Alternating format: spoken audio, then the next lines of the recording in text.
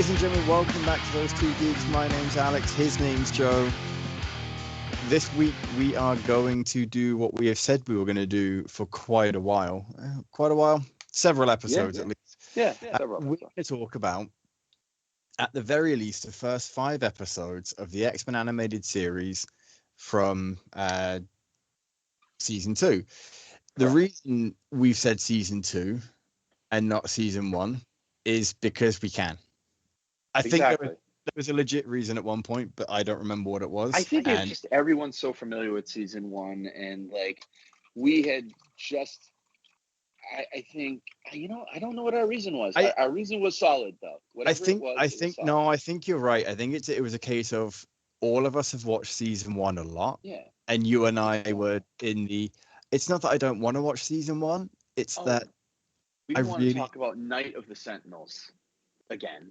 To start out, like everyone knows Night of Sentinels. I think that's what it was. Is that we've always seen the first 2 episodes enough. So why don't we just start with season 2 and that can be our right. And because it's so meme worthy, we didn't want to go over Morph. Gene. Although ironically enough, there was that moment in there in episode 1. So I know. This week we are going to do at the very least the first 5 episodes. It really depends on how long it takes us to go through them. Mm-hmm. We're gonna give each one a numbered grade. Now, Joe made notes. I did not.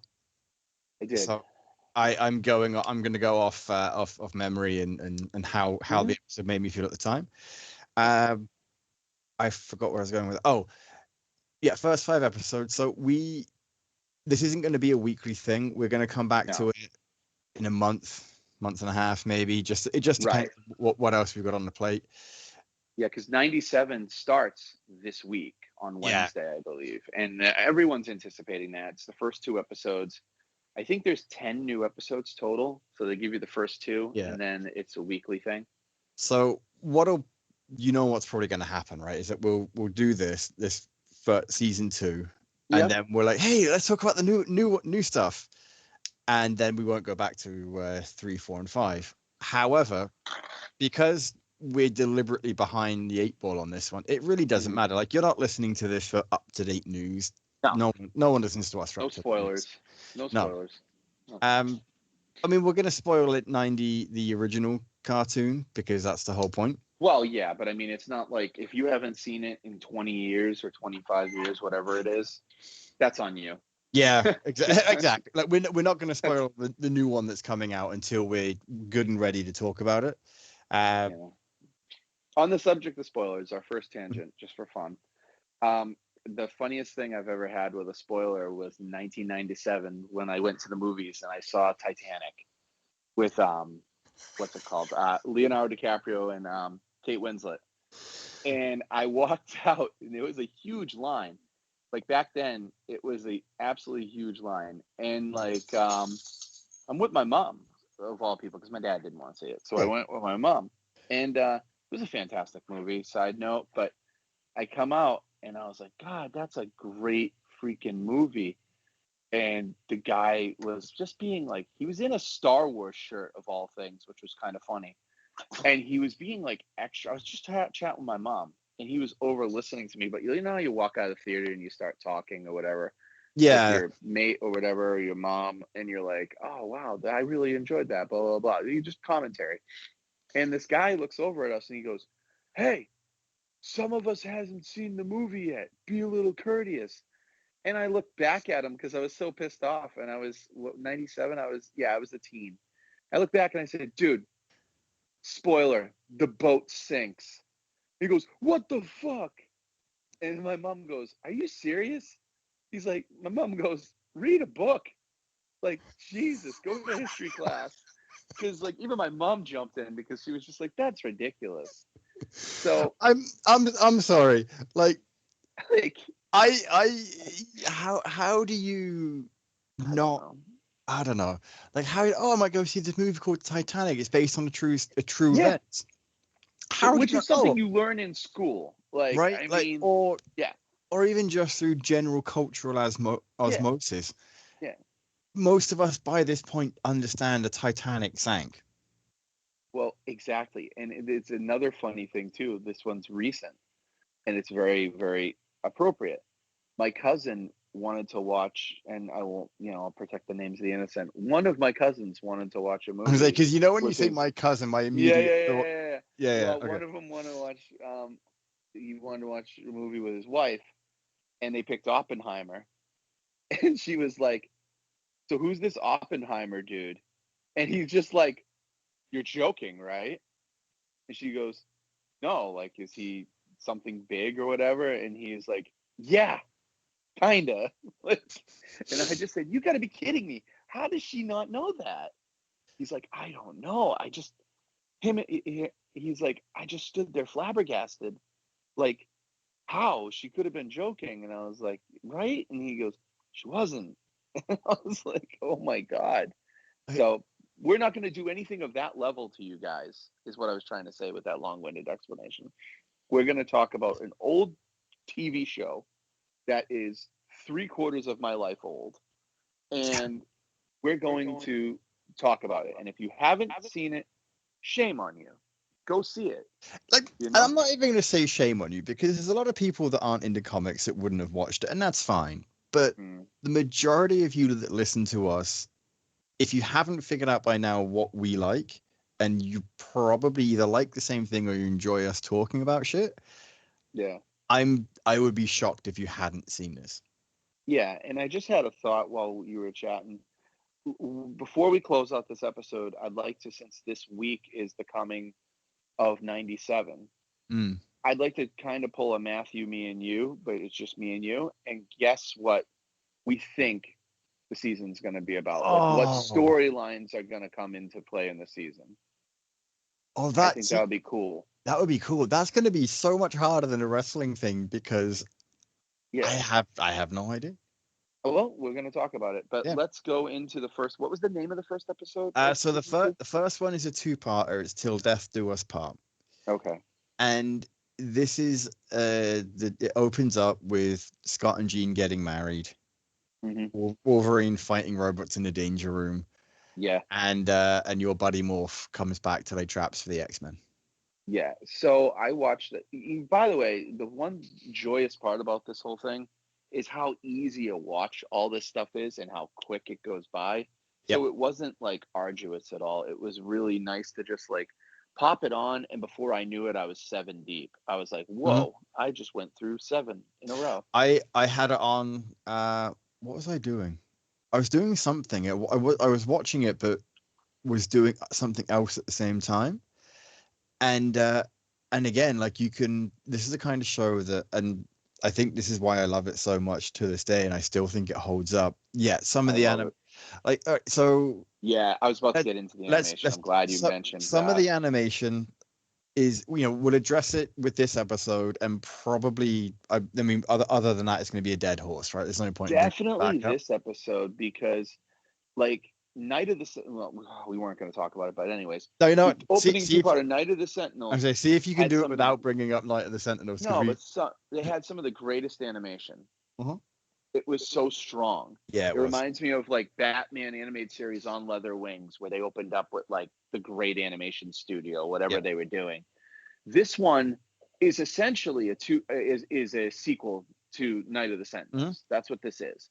It is. But the animation was not super strong. It wasn't in points like Wolverine fighting the Sentinel in the Danger Room in the tux when somebody goes, I watched David Display's Moral Behavior, and he goes, "You're not gonna buy Wolverine in a suit. Like, when would he have ever been in a suit fighting a Sentinel?" And I'm like, you clearly didn't watch I X would Men say you episode would one. buy Wolverine in a suit because he has fought anything in a suit. Exactly. So, but like the one thing that saves the show all the time is the voice cast is so stellar. Hmm. It is so. I keep looking back at these animated shows for the 90s and realize that the strength is in all the voice casts. The voice casts are just impeccable. Batman animated series being number one, obviously. This is definitely either like 1A or distant 2 at the worst. And it could be Close vice to. versa. Yeah, I see. I for me, X-Men the animated series is my number one. I think it Because you always. have more of a I have a tie to I it. have more of a tie to it, right? Like this got me into comics more than anything else. Yeah, but I mean, I God, the I voice cast love is the so good. animated series, but this one was always easier for me to get my hands on. Yeah, and these are the voices I hear in Yep. Jim Lee's comic book. These Mhm. are the voices I hear in Joe Majura's comic book. These were the voices I heard in all those. Even when I went back and read Chris Claremont's run, for the most part, I skipped the Brood shit. But I mean, that was the voices I heard. So that's the strength is so amazing. It will never be so low because the voice cast, as long as you have Yeah. the same voice cast, it's great. The animation though was off model quite a It, bit multiple times, and it drove me nuts. I think what's interesting Mostly with about the Morph. animation, yeah, well, I found the animation they've clearly done was they reused a lot of backgrounds Yep. and a lot of like the running stuff and some of the Yep. fighting things Some of the you would have explosions. recut, and Yeah.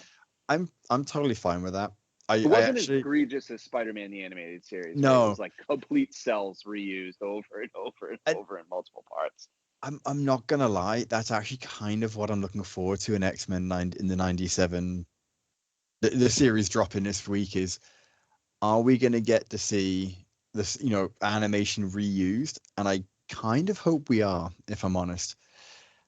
Okay, that's an interesting point. I Eh, don't think we will. I don't think we will, but it's one of those things. It doesn't have to be like every episode, but just using bits and pieces that has been reused. Because I Yeah. think that for me, not obviously not for everyone, for me that was part of the magic of this series is that you could see it was a labor of love, but they also saved budget where they could. They did, and but it didn't hurt anything because the No, level of exactly. storytelling, again, was not a Saturday morning kids cartoon story, and we'll get to Mm-mm. that when you get to later episodes. Like I think when you're talking about changing the evolution of the human race by stealing the DNA of a special couple, that's way above an Oh, 8-year-old to a 10-year-old's absolutely. head. But the visuals were cool, and I really enjoyed Sinister. I really like Mhm. Sinister. The only thing I'm confused at is I feel like Sinister was powered down for the cartoon. Correct me if I'm wrong. Because I Cyclops whooped his ass. I think I And I don't always took remember that to this being mean. in the comic book. So I always assumed that was because this is one of the first times that Cyclops had unleashed himself completely and fully Okay. on Sinister, Yeah. and he wasn't ready for just how powerful those optic blasts can be. Because Yeah. we've always heard that they can level mountains if he really lets go. Yeah. You've Yeah. seen in the It's like, comics where there's a giant sentinel on the X-Men's yep. lawn, and he's like, I've had enough of this, and just takes the mask off Right. or One takes the time. visor off, One right? shot kills it. Yeah. And it just obliterates it. And then you see Wolverine's like, this is why I'm glad you're on my side. Like, Yeah. like all Scott has to do to beat you is to look at you, Yeah. He can right? eviscerate you depending on So the intensity of what e- he's staring at. exactly. So I think that in that story, it was a way for them. And I mean, as you folks should expect, we're going to go far too deep into some of this stuff. We're probably going Yep. to So it's like in definitely some of five the comics. episodes. Yeah. So, and we're doing the first two right now. So, Till Death Do Us Part Yeah. is part one and two. So Um, I think it was cool because Morph is technically Mimic from the comic book, but yes. redone for the cartoon. And I like Morph better than Mimic because Mimic doesn't really have a character. It's very bland. I've Morph always was I've cool. always found mimics the powers, but Morph is more like chameleon, except that he doesn't use disguises. He is the disguise, and I always thought that was Yeah. cool. Um, And he's also Heart, you know what I mean? But yeah. the one thing now watching back at it is like I remember an episode. If you really think about, oh God, man, I told not to talk about Night of the Sentinels. How the hell does this happen? When they leave, their You said it. teammates die in a cartoon Well, I think because they I think have to. They thought he was dead. They had to he abandon him. actually was dead. And I Uh, remember that scene like it's one of the best yeah. scenes in X Men cartoon is, and Cyclops is like, I know how you feel, Wolverine. And he goes, boom. He's like, you know nothing, little man. And he's like, Hmm. next time I use these, like it had real gravitas to it. Like a team was really feuding with themselves inside. It wasn't a superhero cartoon that we're used to, like the Justice League or Superpowers, where it was like they saved the day, but the drama was like the villain. No, this was the first time where we got a cartoon where the drama was within the hero family dynamic, where it was they made a hard choice, Mm-hmm. and you had like great scenes like Jean crying and Beast crying and like all that stuff. And then let's not forget Jubilee is one of the standouts of the whole series for me because of her stellar voice cast, and like she's also our POV into the X-Men at She first. is. Yeah, she is. And like this episode, I'm getting back to what we were talking about. This episode picks up with what you didn't see during Night of the Sentinels. That Morph was still alive, and Sinister just happened to come across him, which is fine. You know, he's a mutant. He can do whatever he wants. But it almost makes you think, well, geez, how much did the X-Men really check if he was alive? Because he was I just like laying there with a tear in his shirt. So And you're my like, my interpretation of that was that he actually was dead and Sinister brought him back. okay, see, I didn't see it like that. I saw it that his wounds from the Sentinel weren't life-threatening. They didn't know they were in a rush and they left. Because I But think yeah, that would make Wolverine better even sense. ran over to him and he thought Yeah. like, well, if someone thought he was dead, they checked him and he thought he was dead, but Wolverine wanted to get his body or something. He thought there's a chance he's not dead. Yeah, he I said there's still a chance Morph could be alive, and Cyclops was like, "We know he's gone, Wolverine." And Yeah. Jean even said, "No, Wolverine, I don't sense him anymore," or something to that effect. So like that was the issue. But Mhm. you know, Wolverine was like, "Yeah, okay, let's not trust my nose. I only have like the most, Yeah, you know, let, perfect let, senses." let's not trust me then. Let's do anyway. But yes, so So the yeah, the it was episode a cool deals with episode. The two-parter as a whole, I'll grade better. I yeah, think I'm trying to remember which episode had better animation. I think it's episode one. Two parts always fall apart on part two. agreed. So episode one had a little bit better animation. Sinister looked great. What did he have? The Nasty Boys was his The team. Nasty Boys, yeah. They were kind of cool. They had some I stuff enjoyed going them. on. Yeah. I liked the scenery of like where the Sinister was, and I liked Sinister's voice a lot. It's always stuck with me. Hmm. And he's just a cool character. He's a really cool character. He's always been an underrated villain in my view. Um, I liked it. It wrapped up way too quick for my taste. That's always the problem with these Fox Saturday morning kids cartoons. They build up a huge threat in part one, and part two is like, well, let's tie it up in a bow in 22 minutes, and they Yeah. just fly through it. I thought that they did this one well, the second part though, because you had like it wrapped up. Wolverine went to catch or rescue Jubilee from the frenzy of Yeah, humanity, which is an entirely different yeah. thing to talk about. Another thing that I never, think about what we got in a Saturday morning cartoon back Right. then, the level of storytelling. But And so for me, this episode, I'm going to give it a B minus as a two-parter. you were we doing numbers or letter grades? Oh, I'm sorry, we're doing numbers. Good God, Jesus, I already screwed up. So I'm going to give it a 7 as a Okay. two-parter. I also was going to give it a 7. Okay. I was I see. I weight the second episode a bit higher, despite the drop in animation. I enjoyed Okay. the story of the second episode more, Yeah. where you get Cyclops unleashing Sinister. on Stay away from Sinister. my friends. Yeah, you Yeah. get Wolverine going after the Friends of Humanity. You get primarily they just rescue Jubilee. You have Yeah. them finally trusting Wolverine's nose in the Yep. not in the danger room, but in the X Mansion when he's like, "You smell different," and Gambit throws a card at him. Oh, that was Like, great. like you get all of these things where it's just subtle teamwork moments where Gambit's Yeah. like, "Oh, I wonder," because he's not going to deliberately kill or blow up Professor X, Right. so he can control his cards so they fizzle out, but Yep. Morph isn't going to know that.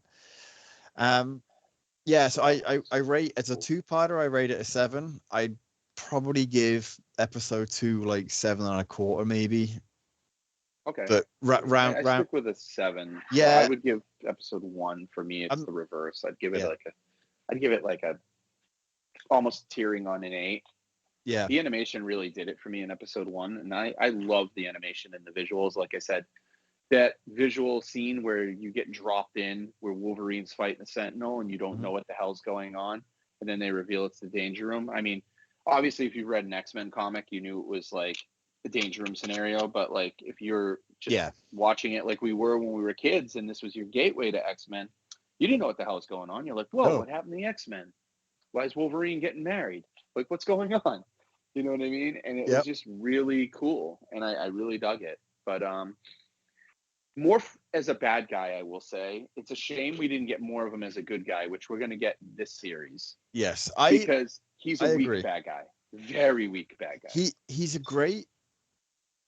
He's a great plot device. Yeah, he's a great prankster, but he's not a great threat. Like, he can really turn people on themselves, but when you've got someone like Jean Grey and Wolverine that can sense different version or whatever. Right. So episode 3 is called Whatever It Takes, and in this one, the Shadow King lures Storm and Rogue, I think, to Africa to stop him. Yeah. Wolverine finally tracks down Morph in the Amazon, I think. And then in Antarctica, where Sinister sent them in the previous two-parter, you have Professor X and Magneto in the Savage Land.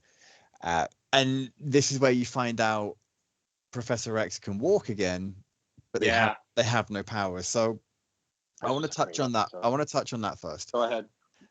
I have never been a fan of the idea that Professor X's powers are tied to his disability. Same. I agree with that. I do agree with that. Because that's a weird one, right? It's a physical human ailment that his body is not an extension of his telekinesis. So, but it begs the question that if it's that way, is it such a mental block that Xavier could always walk anytime he wants if he just concentrated hard enough? And that's just it. So, like, I think that the current iteration where he can walk. Oh, I hate that. Yeah, I hate that current iteration so much. I know, like, at least where he's able to walk at the moment, I prefer it. I mean, obviously, classic Xavier, I've always preferred him in a wheelchair because it's the I don't want to say the trope, but with the super powerful mutant also being disabled, I don't think you need to take away that aspect of his character. No, it balances him out. It's what makes Jean special. Exactly. Because you look at it going, ooh, if Xavier could do everything that Jean could do and could walk, then I don't think Jean would be a threat to him, even though they're both Omega level mutants. And I think it's also why Cyclops is so important as a leader, because he's the field commander, right? As opposed to Xavier being able to, because he can't go in the field. That's the whole thing. That said, in the Savage Land, it kind of like he has to walk. He does walk. Fine, whatever. We accept that that's the way it is. I forgot what I was going to say. I like Magneto in the Savage Land. Like, some of his dialogue is, again, I took notes, but I'm just remembering it all because that's how much this cartoon imprints on me. I like where he's like, Magnus or Eric, what are you doing? And he's like, if I'm going to die, Charles, it's not going to be easy. I'm not going to make it easy for the dinosaur. Like, he didn't even fear the dinosaur. He's like running around the hot spring geyser and he's like coming up with a plan. And Xavier's like, what the hell are you doing? You know what I mean? Yeah, and Magneto's still ready to go. And like, Magneto is more than his powers. And I think this is a great episode to show that this is also where I came to appreciate Magneto as more than a villain. I think he was never truly shown as a villain in that show. Right. And I think that's always good because you have the obvious parallel between Martin Luther King and Malcolm X. That's a great one. I never even thought of that parallel, but it's perfect. Oh, it's absolutely not one that I came up with. It's one I've read numerous places. I was gonna say, if you took credit for it, I would have been mad at all. Yeah, no, it's not mine.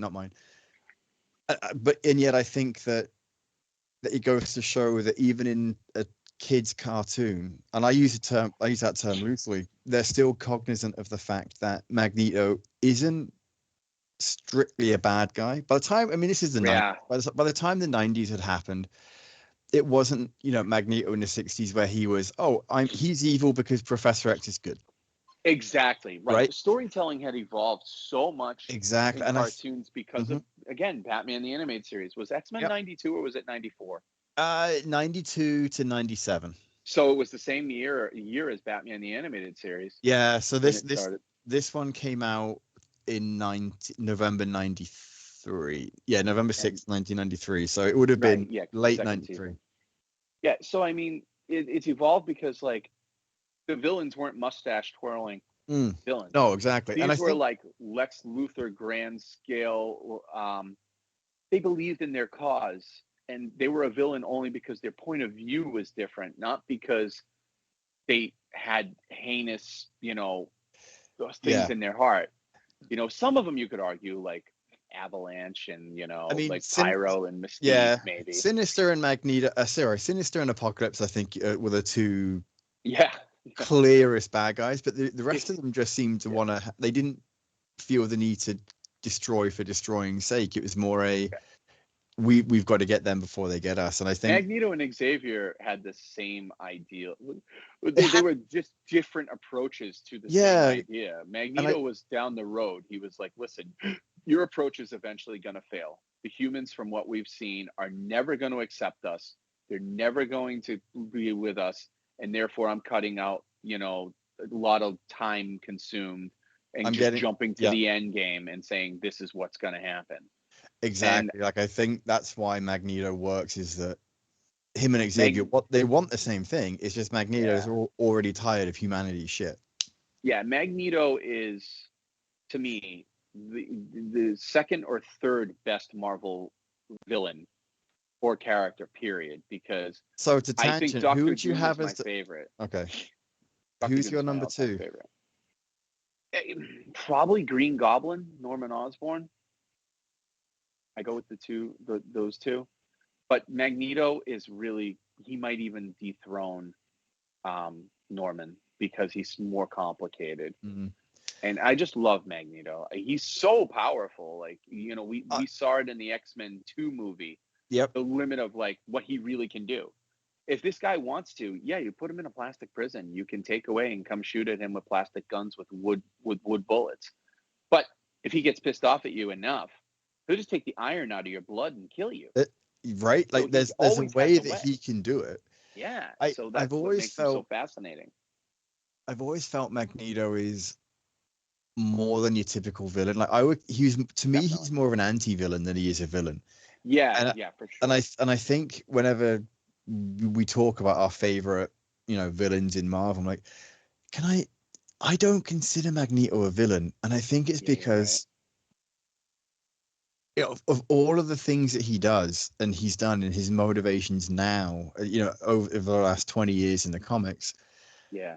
The shitty thing is, I actually understand where he's coming from, and I can't pretend that if I was in his position, I would do Yeah, anything differently. 100%. Yeah, absolutely 100%. Even like the movies, the later movies like Future Class and Yeah. all that, they got his characterization. Michael Fassbender was one of the joys of Yep. that Oh. franchises. He Oh never yeah. dipped off. But keeping with the cartoon, this was just incredible. I liked the whole episode. I liked Wolverine running into Morph again. Yep. Morph was more effective this time around because he Agreed. psychologically dug into Wolverine. He's like, okay, I know I can't beat you by fighting you, but But I I can can. tear your mind apart if you really want me to Yep. screw with you.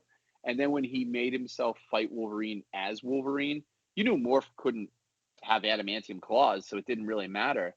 But he got Wolverine, in a Mm. way that like it really bothered him. The other thing I'll say while we're into this already, and I'm really loving this episode, by the way, like the whole idea of us doing this, it's really a joy. Um, they depowered Wolverine quite a bit for the cartoon, and that Oh, you had to, I think. I did they depower him, or was that just a power level he was at in the 90s I don't at know that time? because if you talk about Jim Lee, well, Jim Lee was 91, right, with Yeah. the X-Men. He was pretty beefed up. Like he could take some serious damage and keep on going. It would take a lot to put Wolverine down, even unconscious. The cartoon, a stray Sentinel blast that hit him just right would take him down. But granted, it's a Sentinel blast from a 30-foot tall Yeah. Sentinel, so yeah, it would have an impact. But there were some times where, like, Sabretooth would clock him on the back of the head and he'd go out cold. Nah, that wouldn't happen. But I mean, it was a cartoon. You had to explain Because otherwise it's like, well, just why not let Wolverine handle every single threat that they've got, you know? Yeah. I But think, I loved it. yeah, I no, loved this I episode. agree. I think that for me, Wolverine was at the perfect power level for the show. Yeah. Okay, I'll go with that. I will say it's going to be so interesting from the clips that we've seen. Not a spoiler. If you watch the X-Men '97 trailer, you'll get it. That they're bringing the heat claws in. I'm like, oh my god, I can't wait to see That's that you. on screen. Yeah, that's going to be unique. Yeah. So, what did I give this episode? I gave this a 9. This was really good. I give this a 9. I really dug I it. I was going 8.5. Oh yeah, and also we didn't talk about the bulk of the actual I episode. was gonna say the reason I was giving it an 8.5 is because is of the things we haven't actually talked about yet. So Storm in Mount Kilimanjaro, Yes. like With Storm Shadow and King. Rogue versus the Shadow King. Yeah. It's words. It's a pairing, you know, or a fight I wouldn't expect to have been as effective as it was, because you have two effectively very powerful women who are very physical, right? Very physical powers. It's not like you got Jean Grey on the minefield. It's you have Storm versus the Shadow King, and one is very mental, one is very elemental, and then Rogue, who is the X-Men's tank, right? Like Rogue can go toe to toe with the She's just a Juggernaut tank. in I this thing. love Rogue. So it wasn't a battle. I thought, oh god, they're not going to be able to win this, and they need Jean, or they need Xavier, or they need someone. But it's the way the story was told had me believing that. Oh yeah, this These makes two could sense. take them out. Yeah, I know, because you would think a threat like the Shadow King is reserved for Xavier, who put him Yeah, away. You know what I exactly. mean? Yep. Oh No, yeah. it was well done. The only thing so I'm glad you brought this up, because the whole episode's about Storm, and we talked about the 3 minutes that wasn't. Basically, I'm confused. Is that her kid? Is that her not her kid? It's her godson. Okay, Jesus, because I was like, it just wasn't. I mean, physically, I get that he was born to somebody else, but I'm like, am I missing something? Like, why is he referring to her as mom and not, because he's like, stay away from my mother, but your mom's Yeah, still alive, kid. I Like, I what's the think deal? it's one of those, maybe one of those things where maybe he views her as a second mother. I guess so. I'm Yeah. not sure of what the cultural implications Is are. that in the comic books too, or is that something totally I for the show? Because I've I never seen it. I don't know if it's in the comics. It's barely been addressed recently. Okay. So yeah, Storm was strong in this episode. I really liked it. She wasn't goofy. You gotta remember, people downplay Storm a lot. Mhm. There's a reason why Storm was the queen of Wakanda. She's Yeah, strong. She, like you said the word elemental. She's elemental. Her powers are not, she doesn't just make shit rain and wind with lightning. She can really screw shit up. she She can change the atmosphere. exactly. She Like can she make it so you controls the can't entire breathe. planet, right? Yeah. It's there's so much more to Storm than what people give her credit for.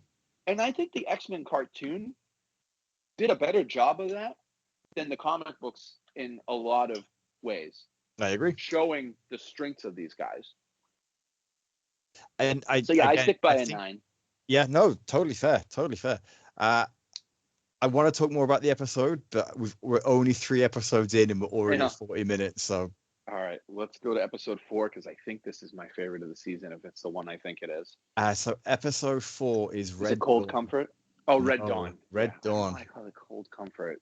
Because there is, I think, season 1. Yeah. Maybe there is a Cold Comfort somewhere, and I don't know which one it is.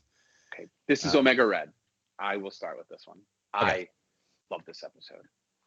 I love Omega Red, period. I think he is such a cool villain that doesn't get utilized enough. I mean, I don't know the difference between carbonadium and adamantium, but it's really probably not too much, because this guy is a deep level threat where, like, Wolverine is basically outnumbered with this guy. This guy can handle him. He's a Soviet badass who's just like, yeah, okay, you got claws and you're mean, but I'm gonna still go toe to toe. This guy handled Rogue too, which, to your point, she's the X-Men's tank. This one showed that no matter how powerful she was, it she couldn't really affect Omega Red because of his power set, which was really great.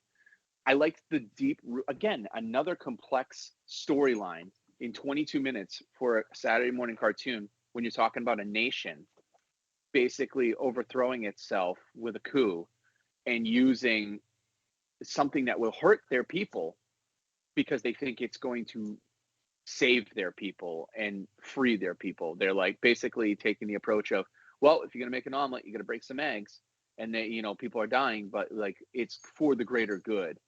And you have Dark Star of the Winter Guard and like, all that kind of stuff. I thought it was really well done. My only note that I made of this fucking episode, so it's one of my favorites, but it gets one of the lowest marks of the season. And I'm going to explain why. Okay. Because I actually, do you think you know why? No, I'm really curious why. Oh my fucking God. If I had to hear Ileana one more time, I was done. Because it was 7 at one point. It was just every time she was on screen, Ileana. I'm like, God damn it, someone shut Colossus up. Like, I love Colossus, but oh my God. And then the explanation of her knowing Colossus, Jubilee, was very flimsy. Hey, it's my old friend Colossus. Girl, you've been an X-Men for like 20 minutes. Like, when did you have the time to meet him? He actually did meet in season 1. Oh, damn it. I don't remember that. I didn't rewatch it. He was in construction. Was it X-Mansion? Yeah, it was. I can't remember where it was or when it was. Is this the episode where like Jean uses her powers to throw nails into the, like Wolverine's like, I like making stuff with my hands, and he's cutting up wood with his claws, and then she's like, I like to use my mind, and she just like throws all the nails and builds the house. Yeah, maybe. I think. Okay. But anyways, the Ileana stuff, like him yelling it, dragged this thing down so brutally for me. It was so overused. It was like, oh man, awful. Yeah. But the episode's animation was good. It was. It was episode 8, The Unstoppable Juggernaut, and you were thinking earlier of Cold Vengeance, where Wolverine and Sabretooth are in the Yukon. Alaska, yeah. Yeah, Alaska. In the Yukon. Yeah. And Cold Comfort's a Batman animated episode, so that makes sense. Okay. Yeah, I liked it. I did like it a lot. It would have been much higher if it wasn't for that obvious trope that was just so annoying that was reused over and over and over. And this was a thing that I think this one warranted a 2-parter, because Omega Red is so strong that, like, he was kicking their ass 75% of the episode. And then it was like, okay, well, we'll win now. And he just wrapped it up so quick. I was like, I agree. Like, you could have done more with the time you had, but I don't know if you could have done a full 2-parter. Okay, all right. So maybe like a little bit of an extended episode or cut. Yeah, like I feel like you could have done something with it. It just would have been, I think, difficult to get as much as we would have wanted. Yeah. Yeah, but again, I love the animation. I love Omega Red. He's such a cool design and really like just visually impressive, and it's just a fun character. So I always liked this episode. This one stuck out for me. I think not my favorite of the season though. No, and that's fair. Like, I think what's interesting for me is that I really enjoyed the episode. I just don't have a lot to talk about with it. Well, that's what I'm here for. Right? I mean, all right, sorry. I don't have a lot more to add to it than what you've already... Okay. What are you eating? Pork rinds, my bad. Sorry, I didn't know it was that loud. Yeah, I can hear it in the back. I'm like, what is that the dog doing something? Or is No, that's me, because I'm on a super strict diet. Like, I can't have any carbs. But that's not episode talk. So basically, I gave this episode, I'm teetering between a 5 and a 6. The more I'm talking myself into it, I like, none of these episodes are bad. No, so it's like, I'm gonna give it a 6. It gets a 6. It's funny, as I was talking about some of the earlier episodes, I'm like, man, I enjoyed them all, but it's like my default score seems to be 7 for them. And I think, had I really sat down and thought about it, I probably would have, because we did 7 for the first episodes, first 2. Yeah. I did a 9 for the I did third. eight and change for the third, but realistically, I think I'm gonna retroactively. Are you writing these down, by the way, or are you? No, I'm not, but I'm going to Okay. retroactively change the third episode to an 8 myself because I 9's I too was high. Yeah, I was gonna do Yeah, I'm going to write it down now. okay. If you write them down. So I'm probably gonna do a 7.5. Okay, so 1 and 2, you gave a 7. 7.5. No, Oh, 1 and 7. 2 I I gave a gave a 7. 7. Yeah, All right, and then 3, you gave a 7.5. I did. Okay, I'm going to give it an 8. And then 4, which we just did, I'm going to give it a 6, and you're giving it a what? Brady's right. I'm gonna give it a 6.5. God, he's just he was so fine, and it was just kind of like, oh, you're recording? Sweet. Now it's my favorite Noise. time to make noise. Yeah. Like just noise. So what's the next episode? Because I wonder if it's my favorite. The next one, and this is the last one we'll talk about today, is Repo Man. Yes, my favorite episode of the season. Wolverine. It's so for me, it was a retelling of the Uncanny X-Men 120 to 121, where Wolverine or Alpha Flight come to retrieve Wolverine, basically. Yeah. I thought it was obviously I'm going to enjoy it because it's a Wolverine centric episode. I thought it was really interesting how again, we're going to belabor this point, in a kids cartoon show, they are saying, hey, we made you, you basically went AWOL, you're coming back with us right now. And we, if you don't come back and agree to join our team, we're going to take your bones out from you. Which is just insane. Right. And then it's at this point where you get the rest of Alpha Flight who realize that they love their team and they love their country, but they can't stand for what's going to happen. What Heather and James are doing, which I thought was wonderful. And I thought it was even more interesting that once Heather fully understood, she stopped wanting to help as well. So you have this team going against their country, their employers, to do what they think is right. So like it's the core of this episode is very much sometimes doing the right thing means doing the wrong thing. Yeah. And without being PSA heavy, these shows kind of gave you some of these lessons, especially with the social justice issues. But this one was dark for me. But it was still my favorite episode. This is a very dark episode, and I think it's one of those things that, and we haven't really talked about this much up until this point, but you're right. Like a lot of the social issues that are core to the X-Men are still present in the cartoon, but as a kid, if you don't notice them, you don't. It's not that you don't enjoy the show as much. You watch it, maybe you start thinking about it in the back of your mind eventually, but the show is the obvious allegory is mutants for oppressed people. Yeah, exactly. Right, like and then you civil justice. Exactly, and so you have these themes in the background, and yet with this, I think it goes a bit deeper in that it's the whole the personal justice of, hey, this guy, or you see something or someone doing something that's wrong, and even if it's not going to end well for you if you step in, probably should still try to do something. Now, not everyone's going to be a superhero or a superpowered person that can do what Alpha Flight did in that moment. It's based on your philosophy. Like, exactly. I think Puck was the standout when he's like, hey, you said we were getting Wolverine back to team with us and be with us again. You didn't talk about this shit. Like, this isn't right. We're not standing by this. And it makes you wonder, where did that leave Alpha Flight at the end of the episode? Because they don't really touch upon that, obviously. But it's like, you'd have to think, there's no way Puck and, Shaman and the others wanted to continue with these two, because quite frankly, it made it really terrible how heinous James was just heinous. It was hard to get behind him. Forget country, forget anything. The guy was a complete douche. And he was like one step away from cracking his wife pretty much on TV, on cartoon. The wife, she was a little bit more like gray area where she was, Heather was like, I agreed only if I was doing the experiment, so I would know how much it would hurt or like when to stop or whatever, when to push the Yeah, limits.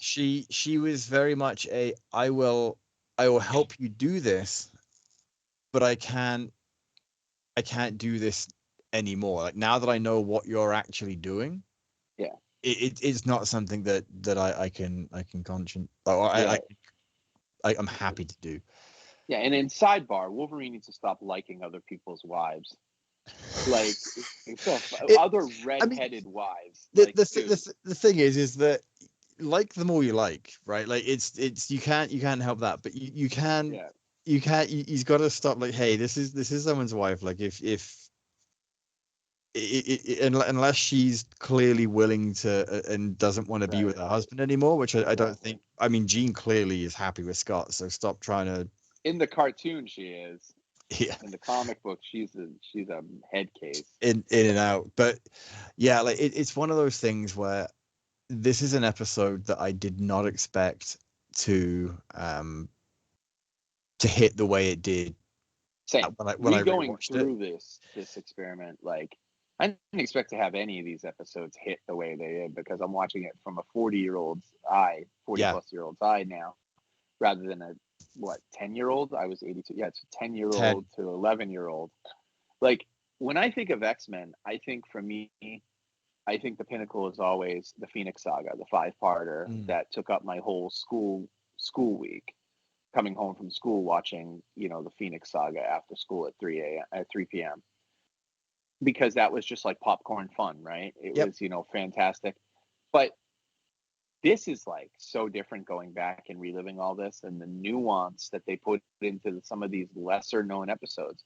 And I'll be honest with you, if you ask somebody, okay, name your favorite X-Men episodes from the cartoon who hasn't seen it, let's say 20 years, guarantee you 9 out of 10 people are going to say Night of the Sentinels 1 and 2, and they're Mm-hmm. going to say the Phoenix Saga. They're going to say the exact same things I'm saying because those episodes are standouts for a reason. But these are standout in a totally different way. Like you have a higher appreciation for them now that we're older and a little bit more mature. You know what I mean? You're like, oh Yeah. wow, look what we got. And I'm like, I'm enjoying the hell out of this. Like I can't wait for season 3. I know there's a couple stinkers towards the end of the series, but I'm looking forward to the rest of this stuff. But yeah, dude, this episode, I give it a full 10.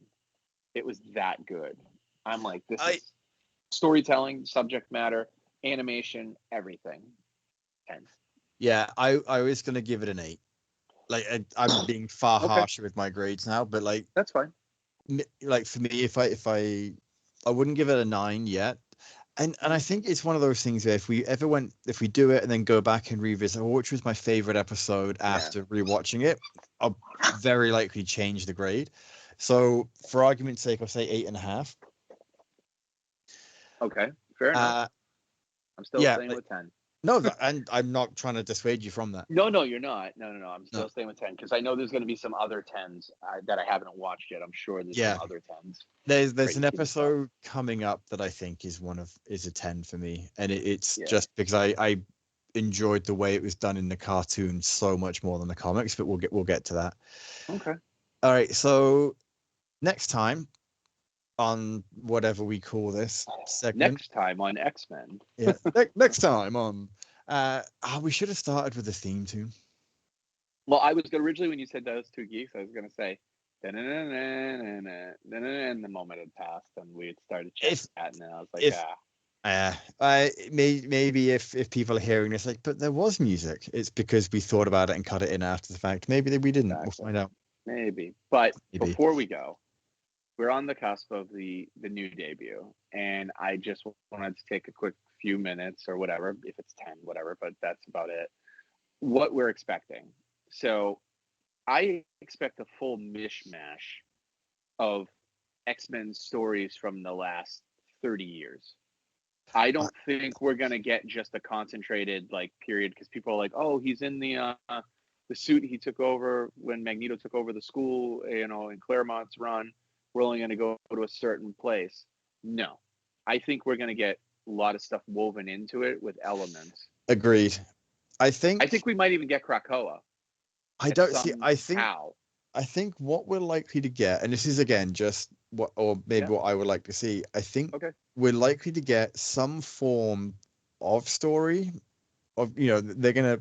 I don't think they're gonna pick all of the best stories from the last 30 years, because I No, I think that don't think that so then leaves either. you with season two for Yep. right. Nothing for season two. I think they might pick, like, this ended in what, 97, so maybe you're looking at a combination of Magneto and Grant Morrison's X-Men, I or was just right, about to say that. You took the right, word like that was Zorn. Yeah. yeah, so maybe you're looking at something around that era, like maybe they're going up to the mid 2000s maybe with this season. So I have two predictions. It's either going to end with them revealing Krakoa, and that's how they're left, or it's going to end with um, Cassandra Nova and Danger from Whedon's run. I Mm. think Whedon's run is going to so make it into. I think Cassandra Nova is more likely than Krakoa, because the Krakoan age is coming to an end now. Right, but also Cassandra Nova is going to be in Deadpool. Exactly. So Yeah, I think we're more yeah, likely to see Cassandra Nova of some form. I think you're likely to see Deadpool in there again in some way, shape, or form. I don't think we'll get Deadpool for some reason. I don't. It won't be Ryan Reynolds that voices him. I'd be shocked if it is. It I should be. It should be. I would be. Excuse me. I would be more surprised if it wasn't Ryan Reynolds, if Yeah, Deadpool is in there, and yeah. So not because they can't afford him. I think that he right. would probably voice Deadpool for free if they said, "Hey, do you want to voice Deadpool in a Right. cartoon?" So yeah, I bet you too. So think about it this way: we know that Hasbro's has two waves already, and they've Mhm. already hit of X-Men '97. So guessing those weren't just randomly picked characters. So Madeline Pryor is going to play a huge part of the Yeah, series. I think. I I think we're going to get a combination of Inferno / Executioner song with Strife. agreed. I think that is for me, that is most likely is going to get something along those lines. Yeah. And again, this can all be done in like 2 episodes, right? Like they don't have to do super Right. long epics. They can do a couple No. of episodes, because that, I think, is what works so well for this series, is that they told a full story in 22 minutes They did. They 80 were brilliant. percent of the time.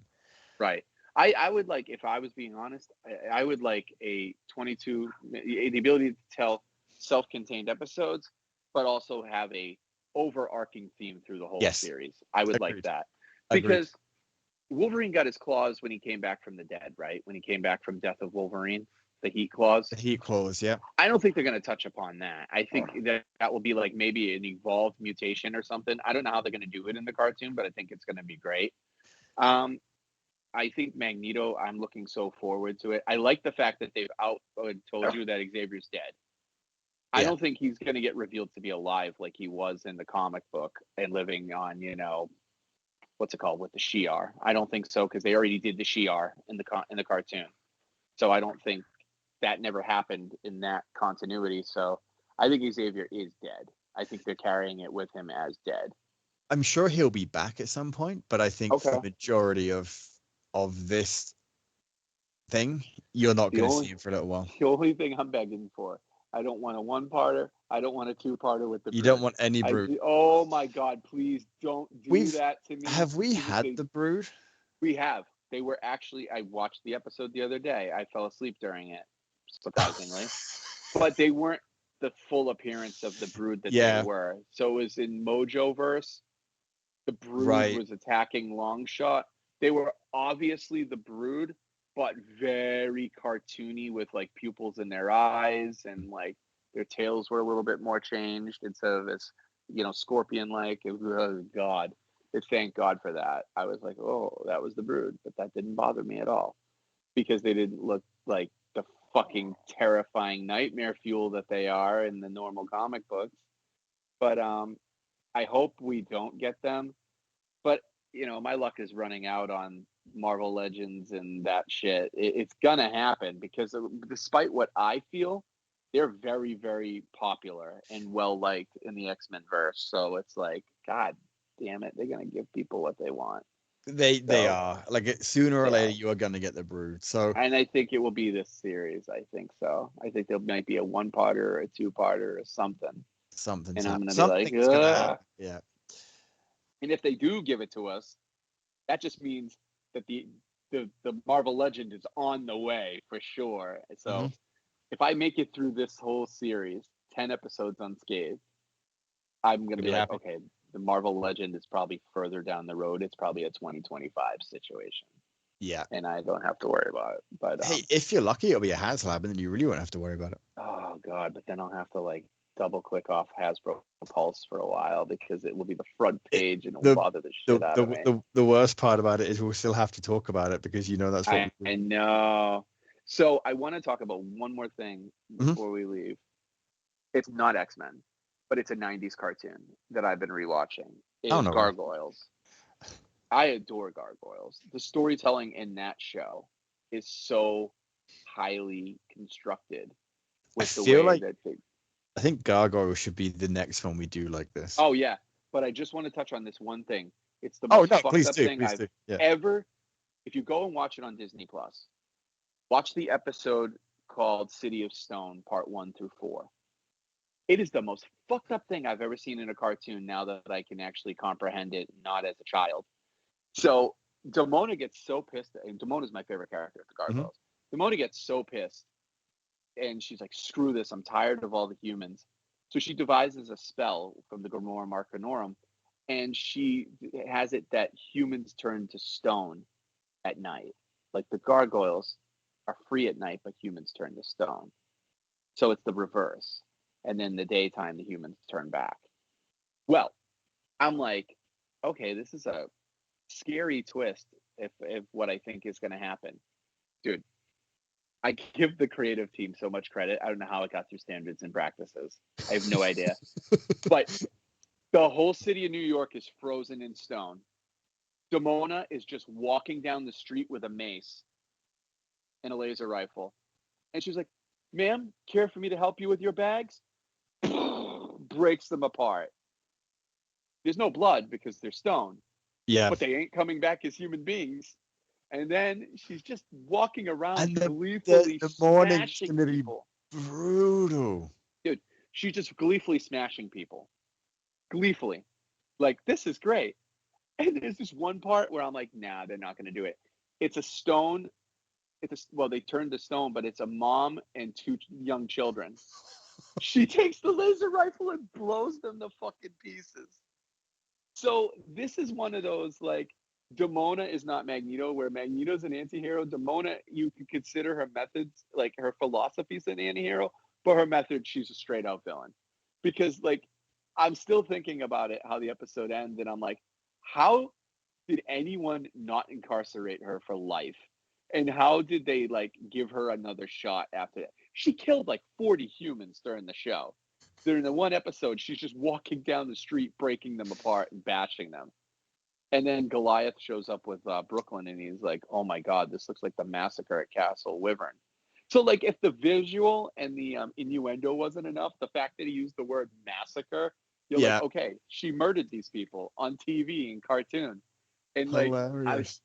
it's the most crazy thing I've ever seen on a cartoon that wasn't violent in visual, but so violent in impact. Like, there's nothing I've seen on a Saturday morning cartoon that a villain has done to the populace that is worse than Demona walking around smashing regular people to smithereens. Like, just crazy. All right, Brady. Yeah, that's the sound of the bell because he is getting like super restless. He's getting antsy. Yep. All right. Well, folks, you next week. We don't know what we're talking about yet. It's not going to Probably be. wrestling. Is it wrestling? Yeah, probably. We got to get Matthew on. Are we going to split WrestleMania night 1 and 2 into 2 episodes? Or are we going to do like a marathon where we just go through and powerhouse through it? I think it depends how quickly we can do it because ultimately Oh, God. it's one of those things where if we do it too early, we're not going to know the full card. Right? Because like we saw how I thought we were going to go through the whole series of X-Men season 2 today. We got through 4, and you're like, we're 40 minutes in. So Yeah, I knew we wouldn't. Because I know what we're like. it's just so good. But yeah, no. All right. So I don't know. Next week is up in the air. We'll just We'll see. We'll see what happens for next week. I don't know what we're gonna get on, but yeah, look for I was gonna say the second part of season 2, but you've got 6, 7, 8, 9, 10, 11, 12, 13. There's still 13 episodes, so we might just do up to episode 6 through 10, and then do. Yeah, I think so. And then 97. do. Yeah, well, we'll do 11, 12, 13, and then 1 and 2 from season 3. Just to because that will then leave us to do part 3 of this as the Phoenix Saga. I will say this again. I have such a vivid memory of this cartoon that I haven't watched in years and years and years. Season 3's 2-part opener with Lady Deathstrike and this some alien force is got to be the best animation in the entire series. Yeah, those 2 parts. That's going to be, I think, part 3 of this. Okay. So we'll do part 2. Will be middle part of season 2, and then we'll do. Yeah, we won't spoil 97, but like we can give our general thoughts on it. But this is something I want to continue because I really thoroughly enjoy this. Yeah, I almost don't want to create an opening for it because how we did that with the Masters of the Universe Rewind and never went back to it. That was pissed poor. That was so pissed poor. It was kind of hilarious all the same. It was a good idea that gave birth to this idea that we're following. Exactly. And honestly, we did it. We were obsessed with Motu for a bit, and then we weren't. But we've always been fans of X-Men. So. Yeah, there's no question. This is a way better cartoon. Agree, 100%. I feel like Brady is giving us a cue. Yeah, so. He's just really giving us a cue. And I'm walking in my room, like behind the door, and he's still loud. So, like. All right. Well, folks, Brady, Joe, and I wish you good night. Fuck. I forgot it was. We bid you whatever. This isn't a time for a Kenny Omega. No, it isn't.